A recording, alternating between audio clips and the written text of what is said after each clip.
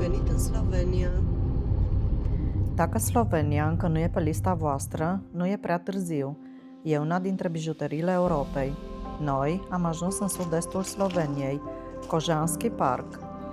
Am ajuns răciți, cu nivelul de energie redus și deloc în forma ideală de explorat. Dar noi nu ne oprim când e greu, nici când e momentul perfect. Pentru că, uneori, nu condițiile îți schimbă călătoria, ci felul în care alegi să o trăiești.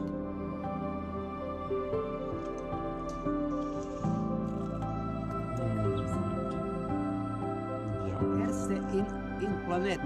Ah, the biggest, Festivalul Măceșe. cel mai mare de...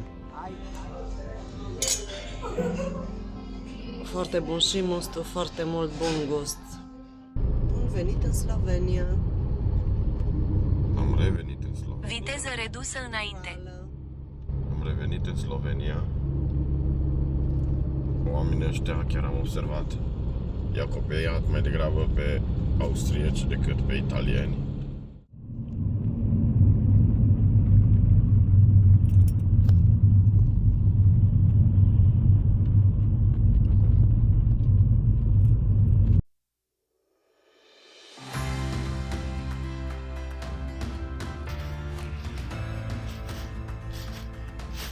Și cred că avem niște gazde foarte gospodari. Uitați ce frumos au aranjat curtea. Și deasupra la garaj au făcut un apartament. Evident fotovoltaice.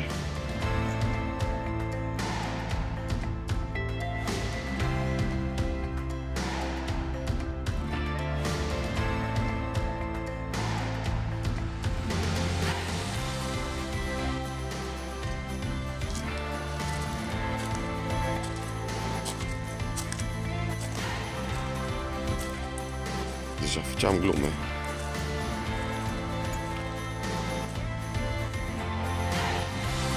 Cum le găsim? Zic, ne găsesc ele pe noi, cazările. 60 de euro pe noapte, o saună.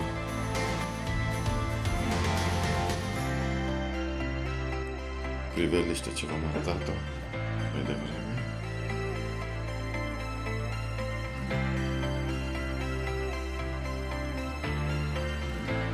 Oi, frumos, modern.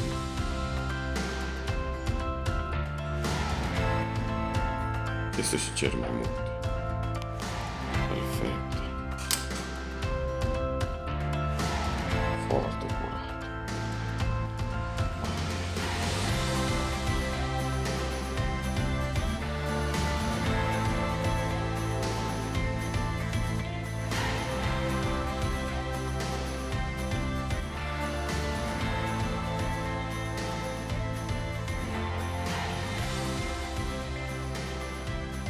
Sud-estul Sloveniei nu apare pe hărțile turistice clasice și poate tocmai de asta am ajuns aici, un loc unde lucrurile nu sunt făcute să impresioneze, ci să funcționeze.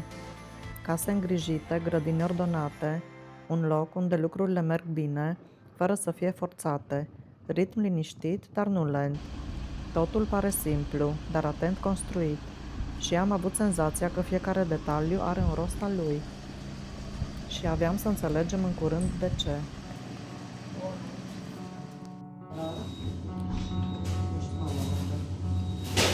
La Laura îi plac ce este astea, un fel de chipsuri de jumări.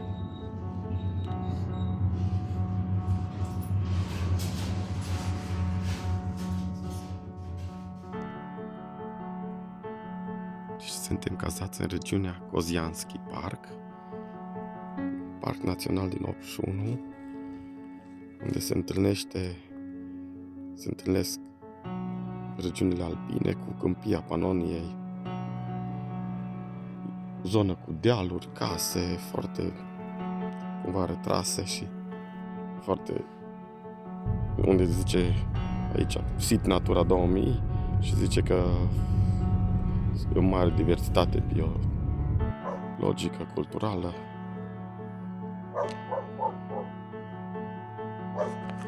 Și văile astea de drăguțe tipice pentru Slovenia.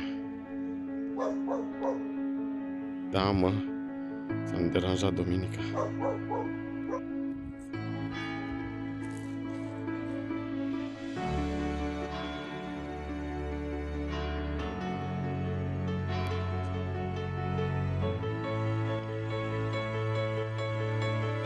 Domn părinte, iertare. Da, zicea Laura că astea sunt ceva mere bune pentru diabetici. Am îndrăznit și noi, am gustat două. De aici, din curtea bisericii, ceasul astronomic. Am oprit într-un sat numit Pilștani, una dintre cele mai vechi așezări din partea asta a Sloveniei, sudul Stiriei istorice. A fost târg medieval, loc de veghe și punct de alarmă în vremuri nesigure. Cândva, de aici se dădea alarma cu focuri aprinse pe dealuri. Astăzi, pare locul perfect unde să uiți de alarmă. Slovenii, să știți că au copiat modelul austriac, s-au inspirat mult și da, deja sunt din ce în ce mai multe garduri, gard viu. Am crezut că ăsta era un loc de pedeapsă, ceva, nu știu ce semnifică stâlpul ăsta cu... Mi-am adus aminte de ceva filme din Evul Mediu, despre Evul Mediu, dar n-am reușit să traduc. Casă din 1839. Pilștani. Clar, la oamenii ăștia le plăcea. Aveau bun gust încă de acum câteva sute de ani. Ce liniște incredibil.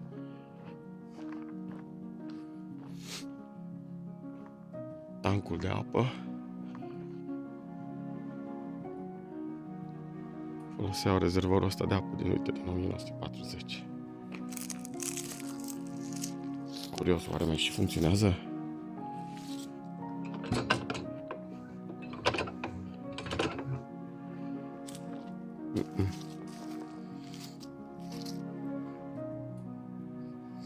Și am reușit să traduc. Era stâlpul rușinii ce am filmat mai devreme.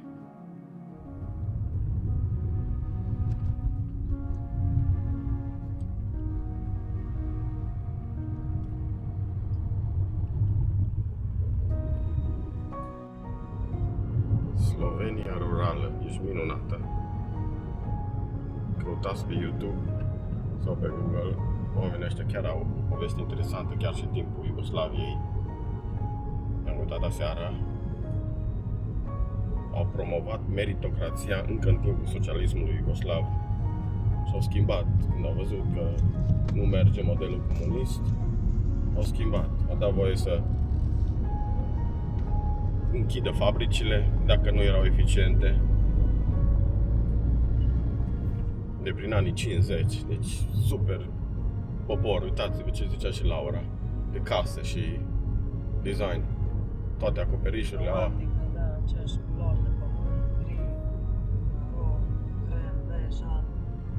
Nu te obosesc culorile la case. Îmi iertați, dar la noi, la țară, ajungi în câteva locuri, este câte o... Te dor ochii, efectiv. Te dor ochii, efectiv, de la câte o... La roz portocaliu, verde, fosforescent. Pistă de biciclete amenajată, separat. Foarte frumos. Bravo, Slovenia!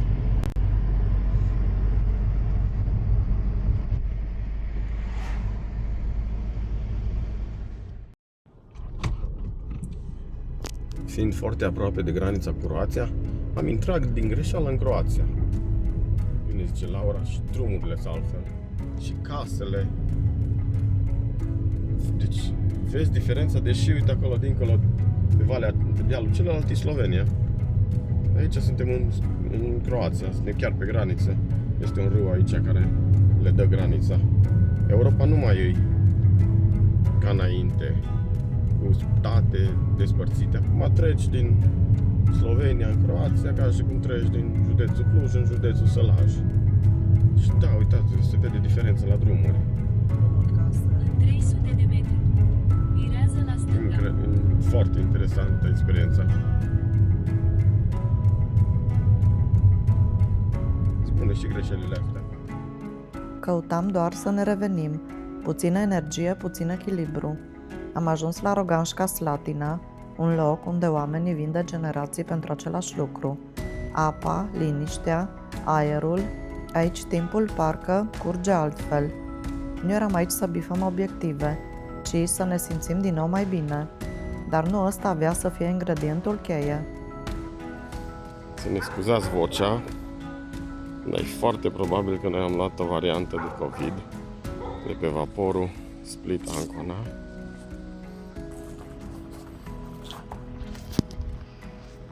Și austriecii făceau turism de spa încă din anii 1800. Câteva cărți poștale de pe vremuri, explicații despre fiecare clădire importantă, istoria lor. Și tocmai m-a oprit un sloven. Nu prea vorbesc engleză, dar în schimb știu de germană și mai bâlbâi și eu un pic în germană. Deci, e o stațiune relativ mică pentru Slovenia. De pe vremea împărătesei Maria Tereza Austriei. Și da, ia, uitați-vă, austriecii făceau turism balnear încă de acum aproape 200 de ani. Accesul la piscină, cele 7 bazine, 1300 de metri pătrați pentru oaspeții hotelului Grand Hotel Rogașca, inclus în preț.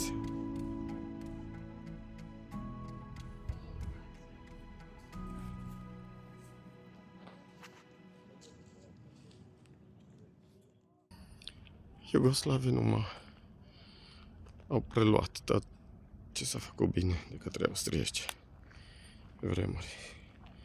Diferența e că, vedeți, la noi la Herculane totul s-a degradat. Aici chiar au avut grijă de lucrurile valoroase.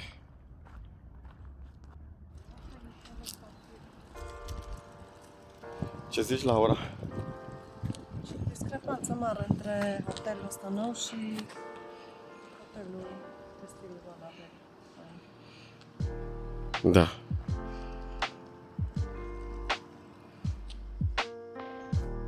Apă minerală unică, cea mai bogată magneziu din lume, zic ei.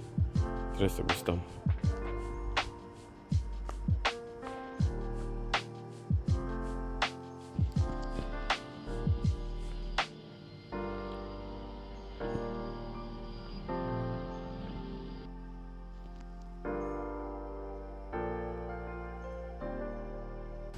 €5 și facem cură cu apă minerală. Dimineața ci că trebuie să bem apă caldă și ni se dă, bem cât vrem. Hai.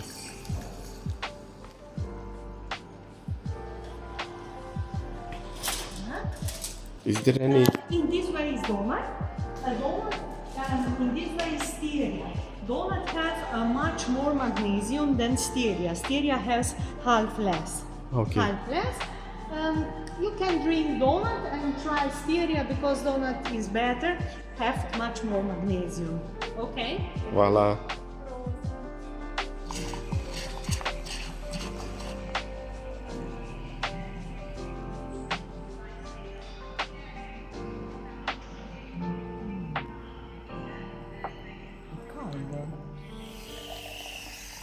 Deci acum am descoperit izvorul cu apă rece, minerală, e mult mai ok. Cred că am exagerat un pic cu apa, dar rezist, eroic.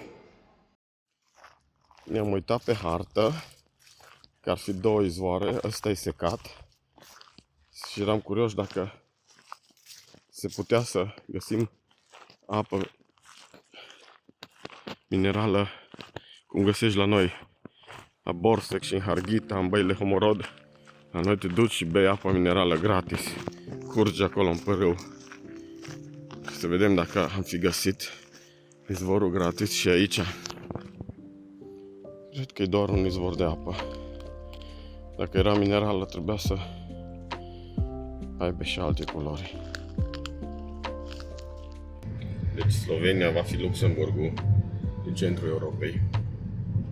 Oamenii ăștia au cu cine, au cu ce.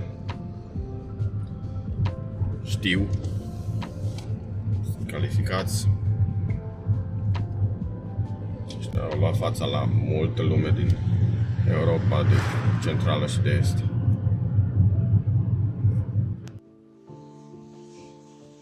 Am programat sauna să încălzească la 65 de grade. Deja se simte cum se încălzește. Și începem tratamentul împotriva răcelii. Starea noastră nu era ideală. Eram răciți. Călătoria nu vine tot timpul cu condiții perfecte. Și uneori continui exact așa cum ești. În holul cazării am avut ceva minunat. O saună. Fără reguli, fără program, doar noi și liniștea. Nu e despre vindecarea miraculoasă, ci despre a-ți da voie să încetinești, să te reechilibrezi. Și de acolo lucrurile au început să se așeze. Ne tratăm.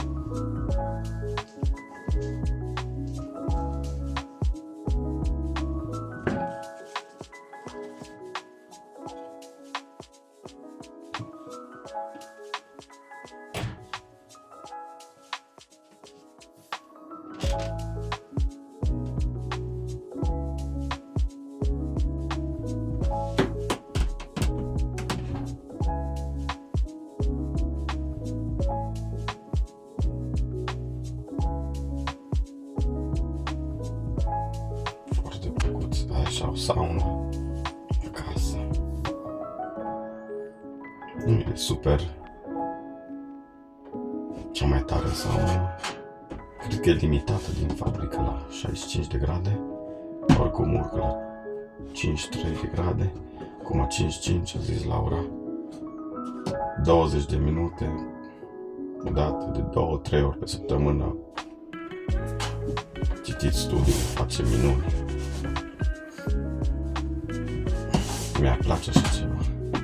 Combinație cu fotovoltaicele, nici nu consumă curent acum. Foarte plăcut. Laura a fost înainte când am avut o ședință și acum stau și eu 20 de minute.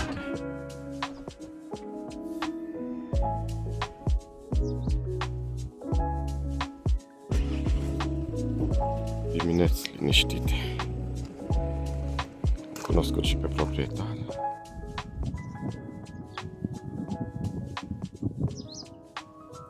Ce frumos. Grijite viile, așa fain arată. Pe coama dealurilor.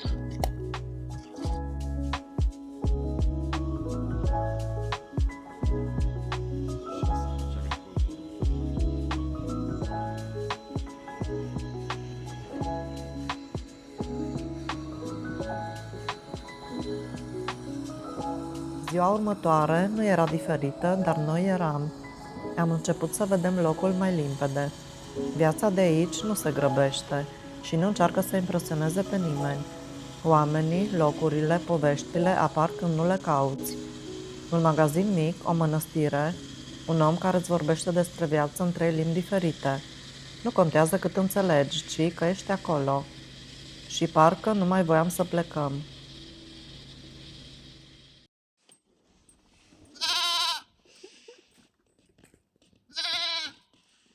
Eu, ce fain spui.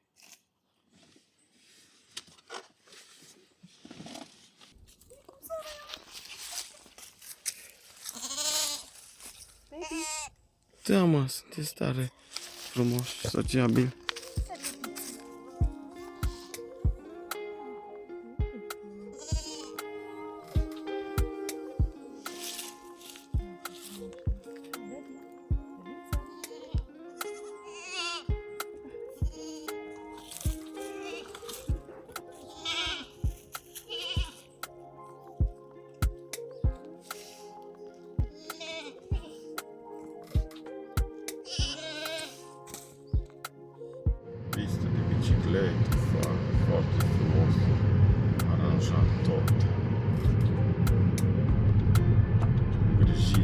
casele, curățenie, ordine. Mama mea, deci oamenii ăștia jos pălărie.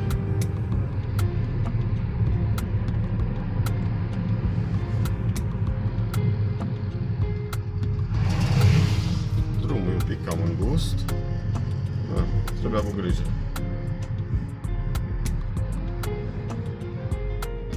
Uitați-vă cum e făcut de scurgerea în partea cea mai înclinată a drumului. Apa de ploaie are un canal separat și cu ieșire tot timpul.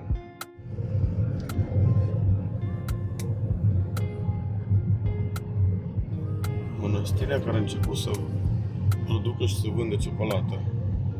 Să vedem, bine am nimerit. Virează la dreapta. În 200 de metri. Ajungi la Cocolatnica Olimje. În 200 virează la stânga. Ajungi la...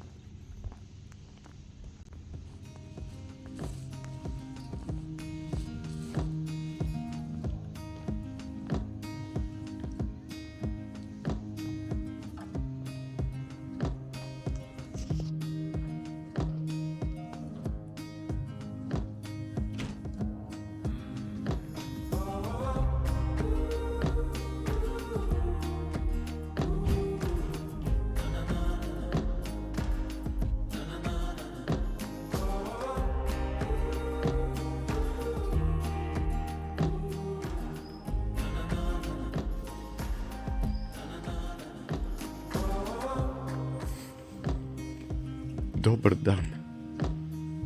Se zice bună ziua.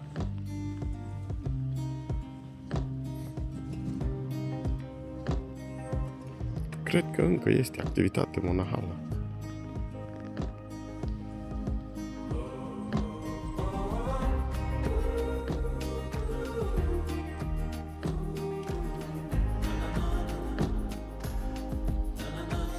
Și unde e ciocolateria?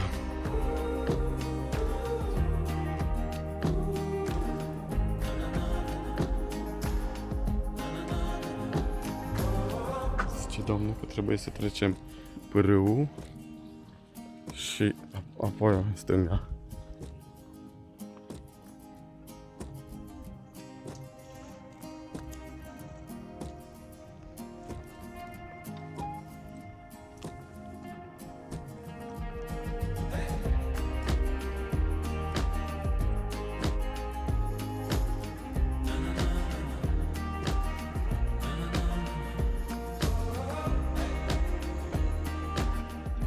Găsit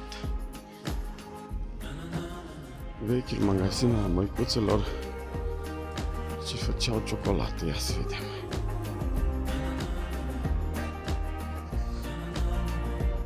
Căutam din Viena o despre șugă ciocolată aici, înainte de primul război mondial. În 1915, din cauza lipsei de cacao și altor materii prime importante, afacerea a fost închisă. În 1996 a fost reînviată de urmașii familiei Videc. Fără produse artizanale, figurile de ciocolată, fructe, tabletă și de așa.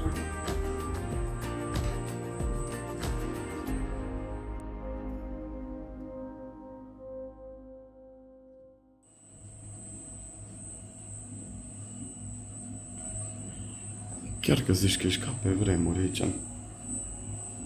Domnul, cred că e. Uite și fructul de cacao. Arată bine.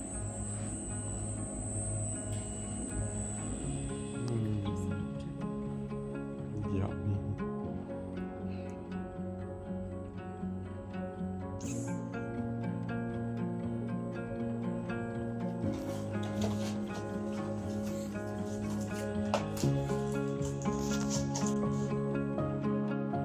Prețul e același pe kilogram, 44,9.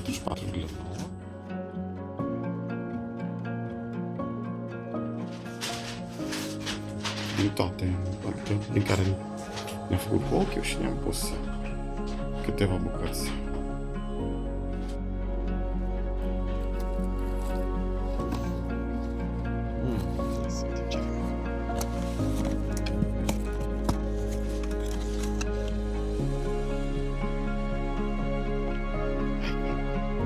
Eu am vrut, îmi place ciocolata cu alună.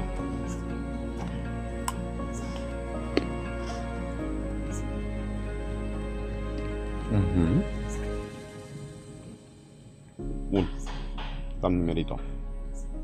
Ciocolată neagră, cu alune, perfect.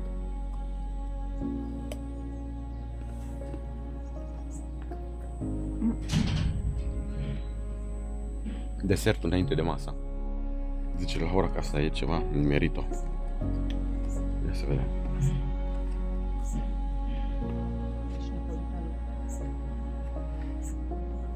Cel mai mult mi-a plăcut asta.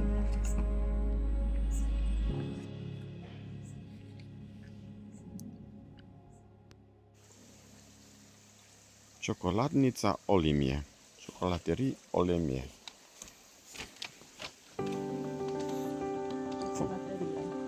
Foarte faină atmosfera aici. Liniște. Wow, ce bine.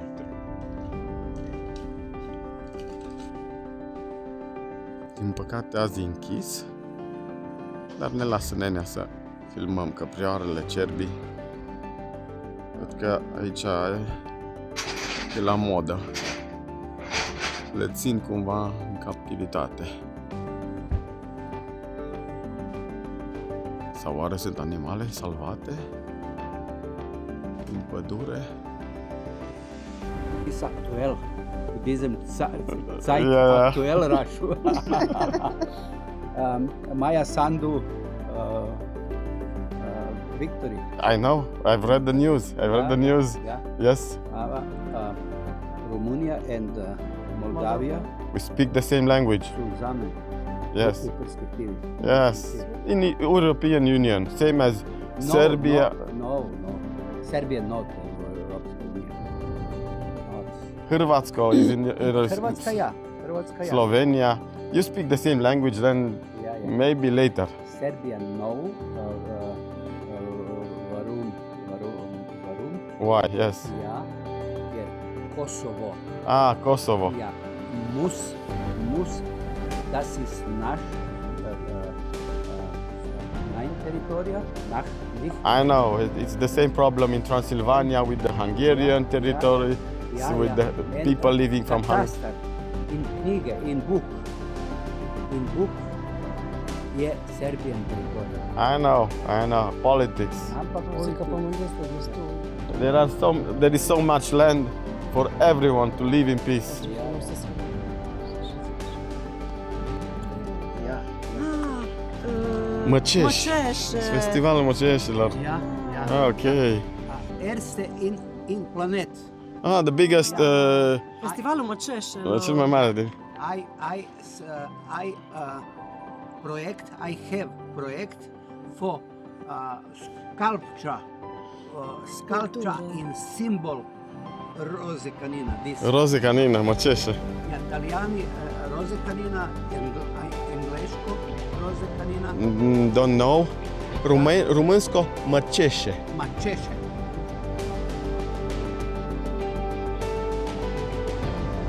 Am încheiat călătoria simplu, o cină bună și dorința pentru alte aventuri. Eurotrip 2025 nu a fost despre cât am văzut, ci despre ce am simțit. despre locurile la care nu ne așteptam și momentele care au rămas cu noi și poate despre cum uneori trebuie să ajungi la un final ca să poți porni din nou.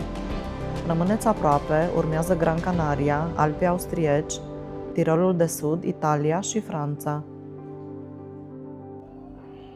Primul restaurant organic din Slovenia 2011. Apare în ghidul Lonely Planet din 2007.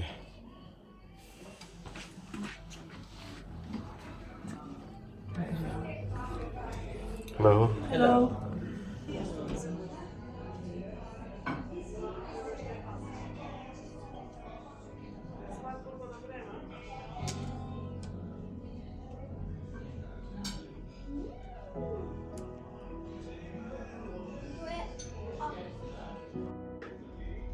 Supă de vită gătită 6 ore, 6,50 € și supă de sezon, acum e de ciuperci, Laura și-a luat din asta și eu m-am hotărât la, uite și un șnițel vienez, 19,50, dar chiar merită, e foarte drăguț restaurantul ăsta. Eu m-am hotărât la coastă de porc. Fiind Unde scoastă? Aici sunt așa, marinate și la Și băuturi, peștele unde l-ai văzut? chiar în partea de jos. La băuturi am luat must, zice domnul că are un pic de alcool, 1,50 că pot să conduc. Dar mai fi și altele la pahar. Asta, cozianska, așa, fie... Trout, da, De ce pește e asta? păstrăv. Dăm cu must, acum așa sunt condițiile medicale. Suntem un pic răciți. Restaurant Amon. Super locație. Foarte bun și mustul. Foarte bun și mustul, foarte mult bun gust.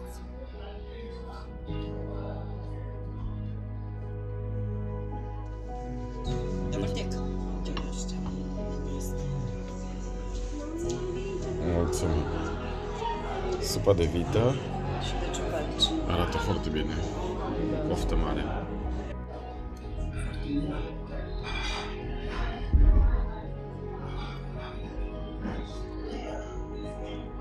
Continui să fiu uimită de tot, nu știu, țara asta, serios.